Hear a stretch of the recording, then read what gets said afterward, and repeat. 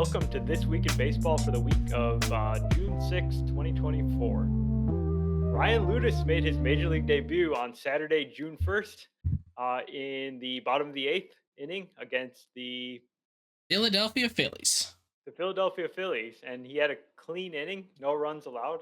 So amazing work by Loutos to make his Major League debut. Probably the butterflies going crazy for him. I mean, he had also been anticipating that moment for about 10 days from the time of his call up to the time when he actually got into a game. I think Mason was watching every single game, I have watched anxiously waiting every for him. single game that he was called up for. He did unfortunately get optioned back down on Monday, swapped places with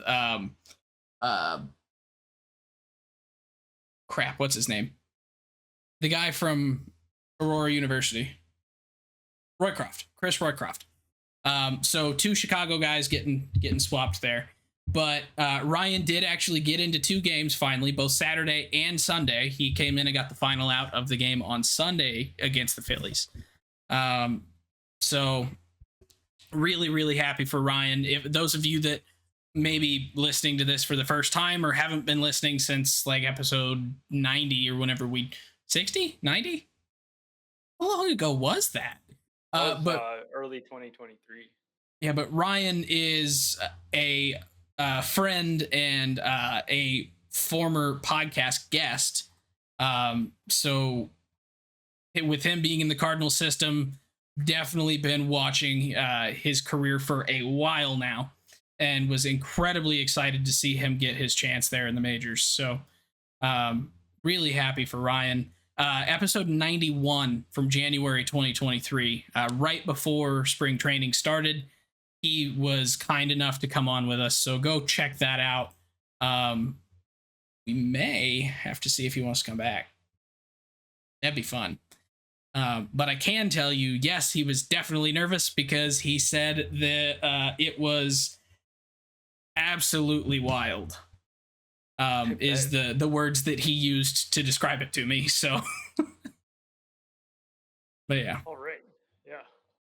So hopefully Ryan is back soon.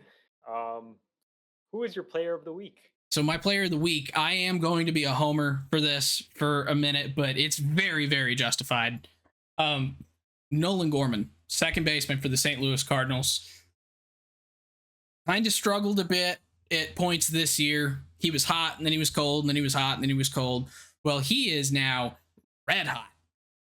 In the last week, he has hit 5 home runs, 4 of them being in the last 3 days. He did not have one today, so his home run streak ended at 3. But he did have a 2-homer game in Game 1 against Houston. He had a home run in Game 2 against Houston. And along with all those home runs, he's hitting 375 over the last week, and for a 305 WRC plus, a OPS of 1.46. So absolutely phenomenal week, along with some really, really good defensive play. I think he gets my my player of the week. Yeah, one thing I'll add on Gorman is that he seems like he's going to be a player that goes through these hot and cold stretches a lot. And the thing that is unfortunately not changed is strikeout rate. Strikeout rate still is very high. It's over 30% in this stretch. So it's like, obviously he's doing a lot of damage when he's making contact. But Yeah, he's still striking out at a hefty clip. He's truly a Joey Gallo type player, it seems. yeah. I would argue it's a little less extreme than Joey Gallo, not by much. Like Joey Gallo was like Joey a Gallo's 40% obviously strikeout guy. Yeah. He's the extreme case, but he's more in that mold than like an Austin Riley, for example. Yeah, absolutely. And that was comps for Gorman since 2018 when he was drafted too, was Joey Gallo. So like it's not surprising.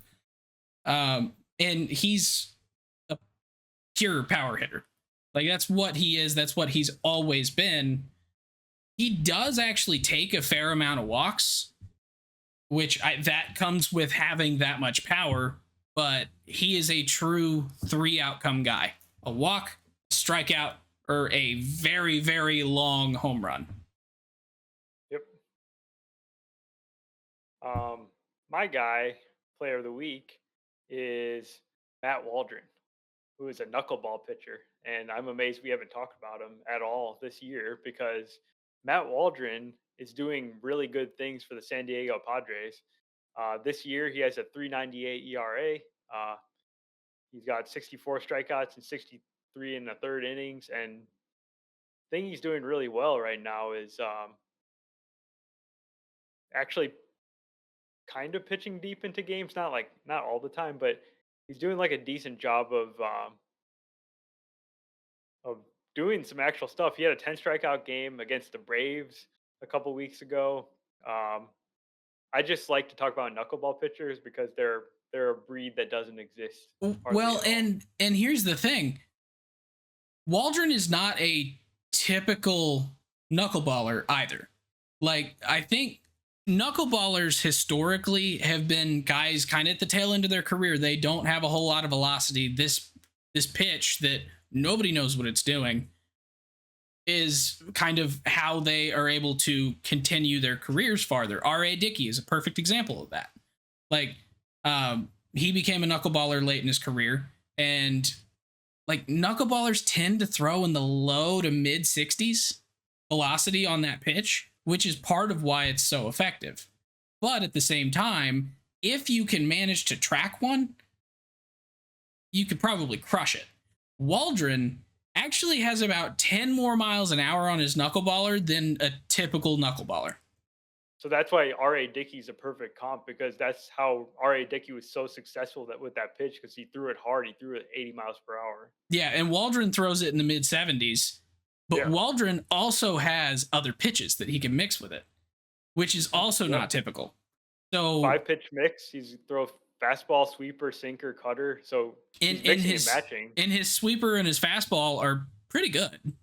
Yeah. Like, his knuckleball is obviously his most effective pitch because it's a pitch that nobody throws. He's the only one in the majors that throws it. So it's really cool to see him. It's terrible to see him if you're playing MLB The Show, because they finally, so he is like the meta in MLB The Show. If you can somehow get him into a lineup, people will throw him and he is impossible to hit. It kind of sucks. I wish that they hadn't actually boosted the speed of his knuckleball like they to match what he can actually do, but they did, and it sucks. But yeah, Waldron in real life, so fun to watch. Yeah. Hope he can keep that up for a little bit because a knuckleball just feels like such a touch and feel thing. Like you won't be able to keep it going. Maybe it's not. Maybe it's easier to repeat than I think that it would be because I've heard like splitters are a very tough pitch to have your command of. I don't know if a knuckleball is the Well, same as so I that. think the thing with the knuckleball is, as a like, the pitcher also doesn't know what it's gonna do because it has almost no spin. Yeah. Like, that's the design of the pitch, is to not spin, and then it's just what little spin it has is gonna make it do wild and crazy things. So Matt Waldron has specifically said when he throws one, he does not know where it's going. So I kind of think the idea with it is just try and throw it down the middle and it'll go somewhere else. So I think it probably is a fairly repeatable pitch because it's an impossible to repeat pitch. Like, the point is to just let it do its thing. So you just throw, and as long as you don't spike it. But then again, I'm not capable of throwing one, so I don't actually know. It's a mystery pitch, and even pros don't throw this pitch. So um, that's why Matt Waldron's the player of the week this week. I like that pick. Um, the other guy who's like the player of the month, the player of the year, probably is Aaron Judge, who has just turned it on in a ridiculous way. He's basically is this like the best version of Judge we've ever seen? Is this better than the MVP year? This is This crazy what he's particular doing. month, yes. Yeah. So just Aaron Judge has been a tale of 2 months so far. In April, he was not all that good. He had 6 home runs, but he was hitting for a 207 average, struck out 38 times to 23 walks. Didn't really have all that many runs scored, all that many RBIs. But then in May, this man, nay, this god, hit 14 home runs, hitting 361, walking 22 times to only 29 strikeouts, and tied the Yankees record for extra base hits in a month with Joe DiMaggio. The Statcast page is so fun to watch, to look at, because I'm just comparing 2022, the MVP season, and 2024. In 2022, the guy hit 106 barrels in the entire season. This year, he's already at 45 barrels, and we're about a third of the way through. He has a 29% barrel rate, and it's been above 25% the last 3 years, and this is the highest that it's ever been. He barrels more often than most people get base hits. He barrels more than a lot of things. Yeah. It's remarkable. And I wouldn't have thought that a 32-year-old Judge could be prime Judge, but that might be the season that he's going to have. But the weird thing, maybe it's not the weird thing, the cool thing is in 2022 when he had his MVP season hitting 62 home runs, just a reminder for everybody, broke Roger Maris's record for the American League. And he's, I believe, on pace to break his own record this year now. He kind of did it alone in 2022. He single-handedly kept that Yankees team in the race as long as he did. This year, there are 3 Yankees that have 15 home runs in their first 62 games. Judge, Juan Soto, who we could do 7 entire episodes on before we even finish talking about him, and Giancarlo Stanton, who has been healthy the entire season so far, knock on wood.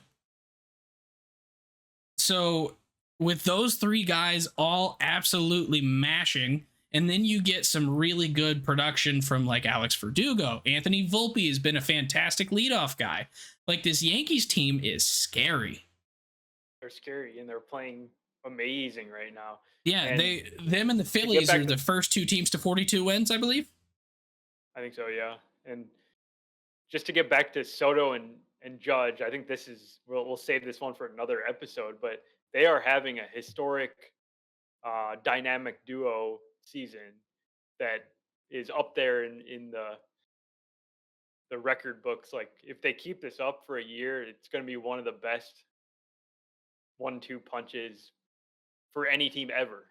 Let's do that next week, maybe. Yeah, because there's another couple that I could think of right off the bat that are like, yeah, and a lot of them are Babe Ruth and Lou Gehrig, like that. That's the company we're talking about. There's one in 2004 I could think of too. Yeah, the MV3. Well, actually, there's another one. There's another Cardinals one, I think. Well, so there was Roland McGuire and Roland Pujols and Edmonds. Yeah. Goldie and Nato 2 years ago.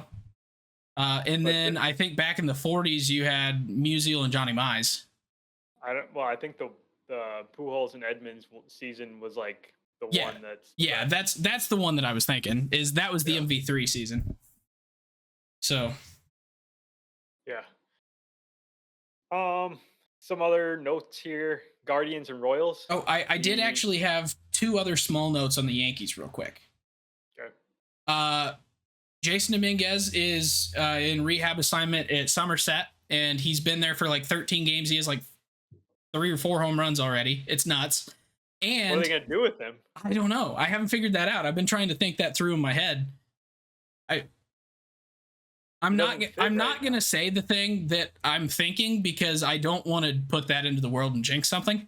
So I'm just going to keep that in my head. But the other thing is Garrett Cole made his first rehab start yesterday, and he pitched incredibly well and said he felt fantastic. It went way better than even he expected it to. And he's not ready, but he's getting close.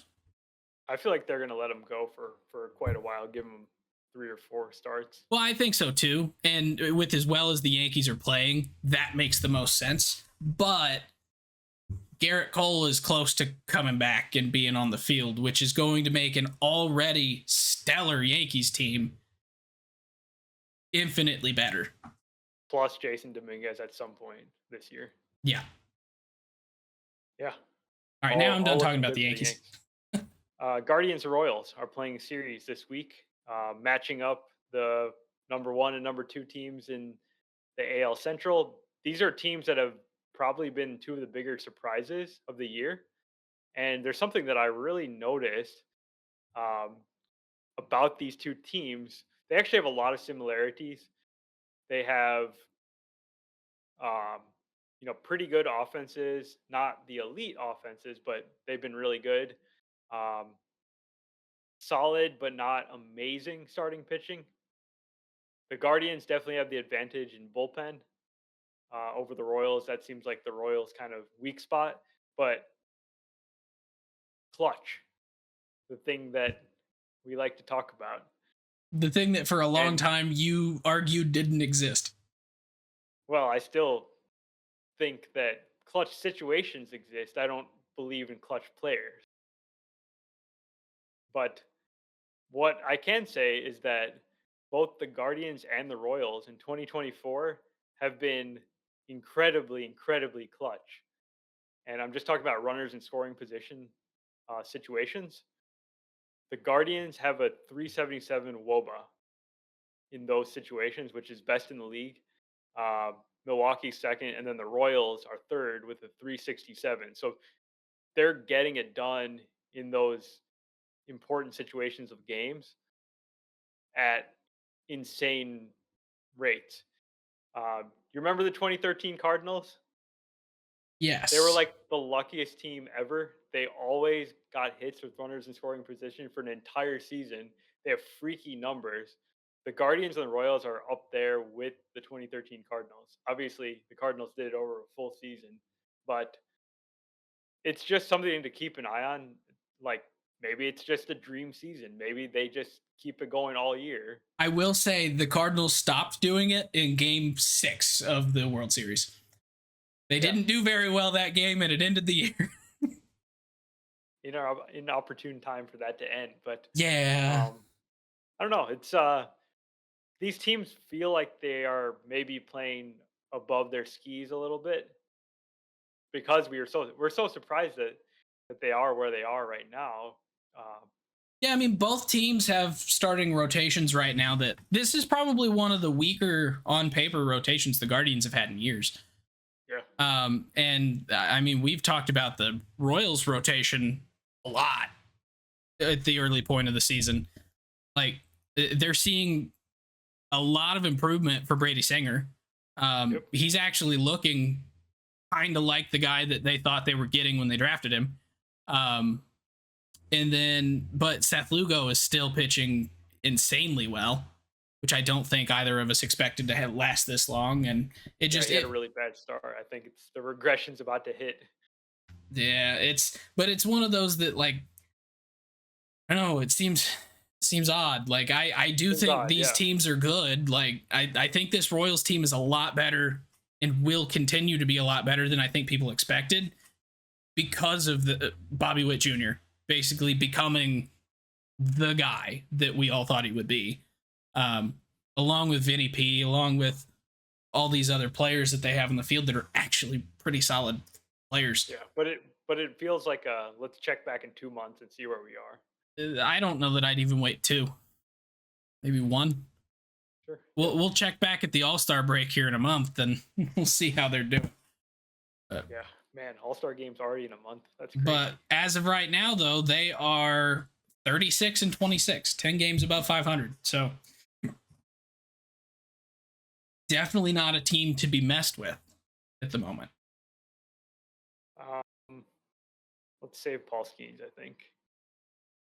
White Sox. White Sox are a dumpster fire. They're 15-46, playing in tonight's ball game that they're actually winning. Uh, Well, they were winning last night too, and we saw how that went. yeah. So they've lost 12 in a row. They're on pace to lose over 120 games, which would be, franchise worst for them. It would be major league It's worst ever. well 119 is the record. for modern days, right?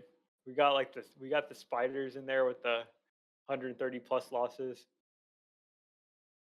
That's true. That was a shorter Yeah. season too, so that's worse. They're really bad, yeah. Yeah. But that's not really recent, obviously. Yeah. But we have now managers getting heated and frustrated with their positions and calling out players.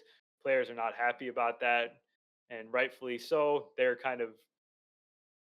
There's been rumblings about just discontent in that clubhouse, and that just makes sense with the situations they're in. People get upset.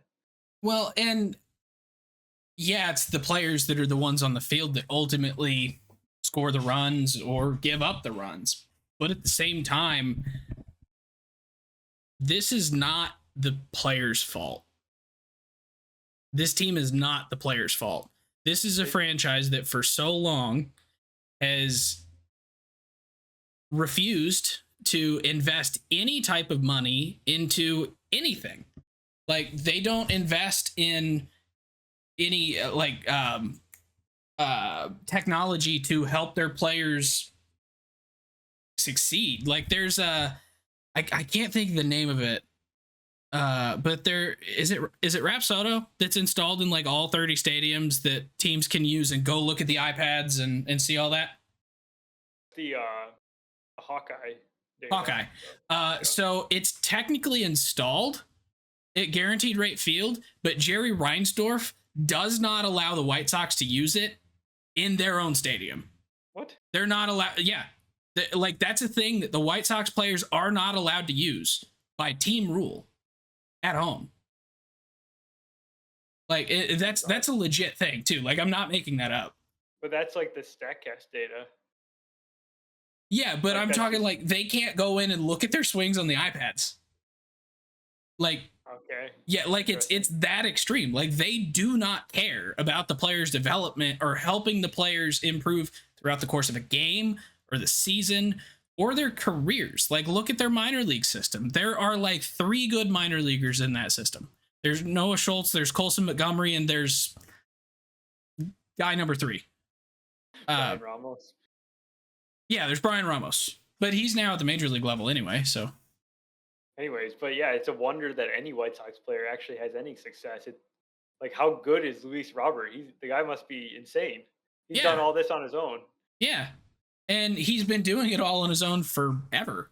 And then you have like they bring in guys like Paul DeYoung is the team leader in home runs, which is because Luis Robert has been hurt for a very significant amount of time. He probably would be leading the team, but Paul DeYoung is leading the team in home runs. Do you have like 6? 8, I think. Okay. He's got like a fairly good number of home runs. He's just not able to do anything else. But and then they bring in Tommy Pham, and Tommy Pham's the best player on the team, and now he's injured. Now he's injured, and he has said that he'll fight anyone at any time, and basically probably tanked his trade value. So, but that's basically all they're doing is they're bringing in some players that they hope they can trade at the deadline, and they'll get very little in return. They trade a couple big names in Garrett Crochet and Luis Robert, which could actually bring back some huge value for them. And that's the right thing to do at this point. This team is obviously going nowhere, and they're not going to be competitive in the near future. Yeah, and you gotta get what you can. you got to get what you can. And for those two players in particular, they deserve a better situation. Like they do. Every player there deserves a better situation. And like the White Sox are basically trying to leverage the city into giving them a new stadium and all this stuff. And nothing makes sense about that situation at all. But at the same time, I don't wish the White Sox situation on any prospect they would get in return. Because those prospects, unless they're like uber prospects, are probably going to fail and die in the White Sox system. Like so many players have before. So, like, they're still not giving Corey Lee the reins to be the starting catcher. They still have Martin Maldonado, who has been horrific, including defensively. Shocker. Including defensively. That's his thing, his defense. He's been horrific. And they won't just turn it over to the young guy. But they finally brought up Colas, which at this point, why don't you just have these guys all come up and work it out in the majors instead of bringing in your Tommy Pham, your Paul DeYoung, your fill-in former okay-ish player here? Yeah, it defies logic. It's not smart. I don't want to talk about the White Sox for the next 3 months. Are you okay with that? It's not going to happen, but can we just talk about something else? You want to talk about the Rockies? Yes. Yeah, let's not do that either. That's arguably maybe a worse situation. Hey, they're still better than the White Sox. Not by much, are they? No. No, 21-40. They're only 6 games better. Yeah. Okay, so that's this week in baseball. Thank you for joining us, and we'll talk to you next time. If you enjoy the podcast, please subscribe on your favorite podcasting app and YouTube to make sure you don't miss any future episodes. Join the conversation on Facebook, Twitter, Instagram, and TikTok at Getaway Day Pod. If you enjoy card collecting, check out our sister YouTube channel at Getaway Day Cards.